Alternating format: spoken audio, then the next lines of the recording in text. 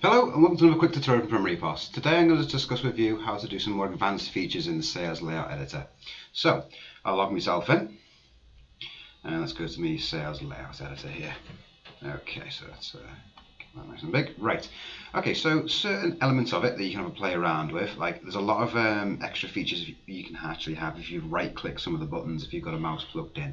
So if I go inside here and I've got some little test buttons here, for example. So if I right click, there's a few extra options on here you can play around with. Obviously, there's already a video discussing how to put images on there. But for example, the border, for example, you might want, see this border here that's along these buttons? You can actually play around with them. So technically you can turn them off.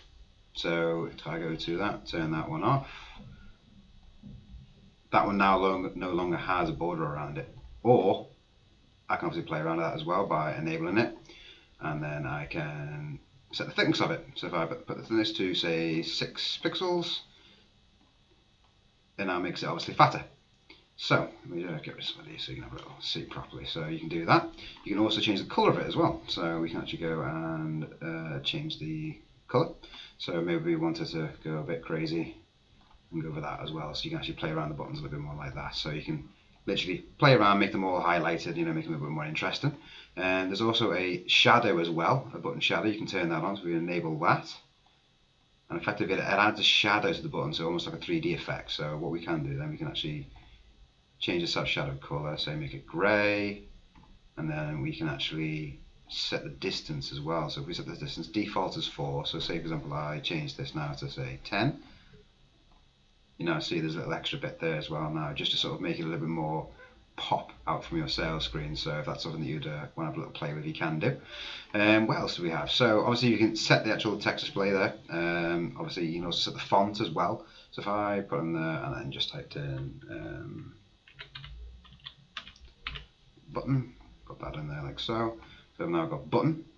I can now play around with the font, so I can change the font and put pretty much any font you could want in there. So I can go crazy, go for that, make it 24, make it big. You can change it all around. You can also have a play around with the actual font alignment as well. So if we wanted to go to the top left, we can do, or we can obviously set it to bottom right or what have you. So you can play around it like that. There's also you can play around with the actual text color as well. So if you want to change the color, let's go crazy, let's go for green.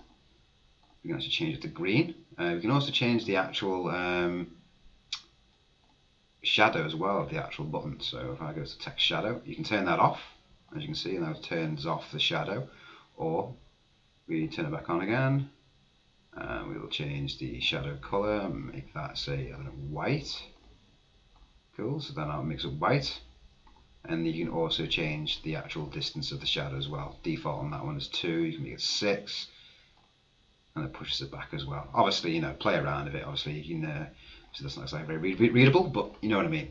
So what we can do now, there's also another section down here, which is our visibility and permanent buttons and stuff like that. Obviously, set size is pretty much exactly the same as doing that effectively. So I wouldn't worry about too much of that. But if you want to get, more precise figures in there, you can physically set the width of it. And I'd say let's go for 100, and then it changes it there like so.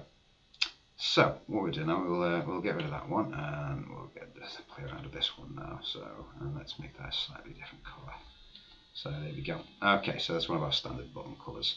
So there's also visibility as well. So we can obviously set visible, so obviously, or you can actually set whether it's actually faded effectively as well. So you can have a play around with that. So you can make it faded, so it's almost semi-transparent, or you can literally click that transparent section up here, which will then completely make the whole thing transparent. So very good for titles, for example. So if you wanted to sort of like categorize all your system, we have obviously titles for the actual items. So you can obviously have a title there, and then obviously you can have all your, I don't know, dog items or what have you there, and then you can do another title down here.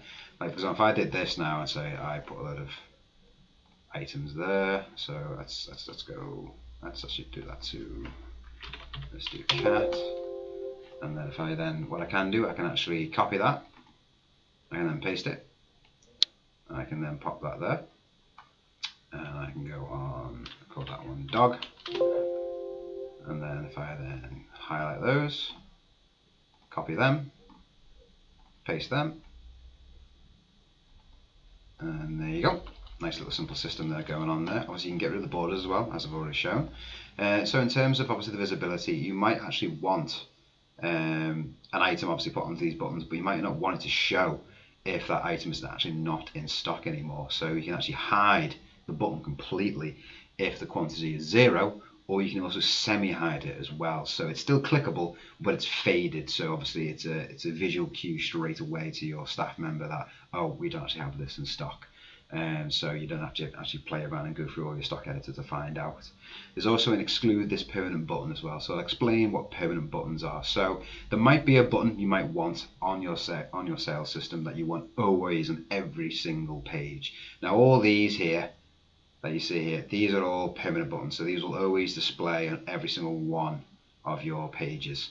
So if I go back, so obviously you've got to be a little bit careful where you put these things. Obviously they will effectively take over any area that it occupies on every single page. Like for example, if I do this one now, if I click on here and then if I go to permanent button, so I set it as a permanent button,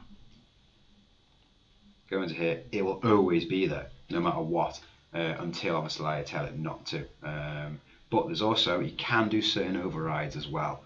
So if I click on there now, if I right click that button, visibility, exclude this permanent button from this page, so you can actually pinpoint certain things. Like for example, you might want the whole sales screen for a particular reason or a particular layout, and you want, for example, you know, all these to disappear on that particular page. You literally just right click it and you go exclude this permanent button from this page.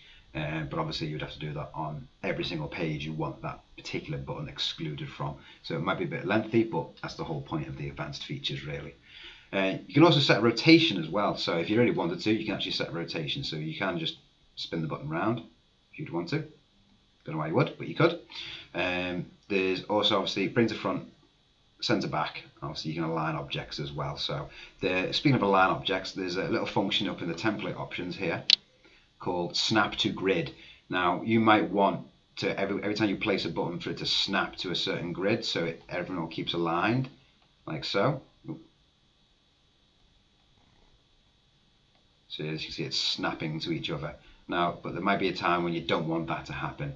You literally just untick it there, the snap to grid, and you can play around a bit to your heart's content. So it won't snap anymore now, so you can place it wherever you like. This depends how creative you want to get really.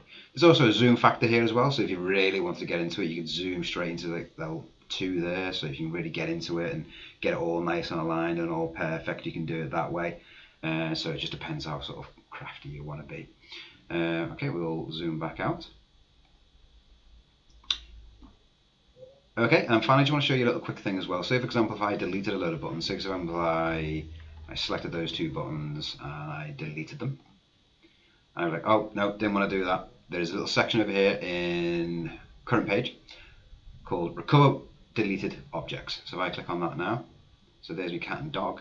So if I literally select them 2, press accept, boom, they come back as well. So effectively it's an undo system. So if you ever mistakenly do it, you can obviously undo it as well. So there you go. Nice little quick tutorial there for you. Any questions or any queries, please feel free to contact support. Don't forget to share, like and subscribe. Thank you very much for watching. Take care.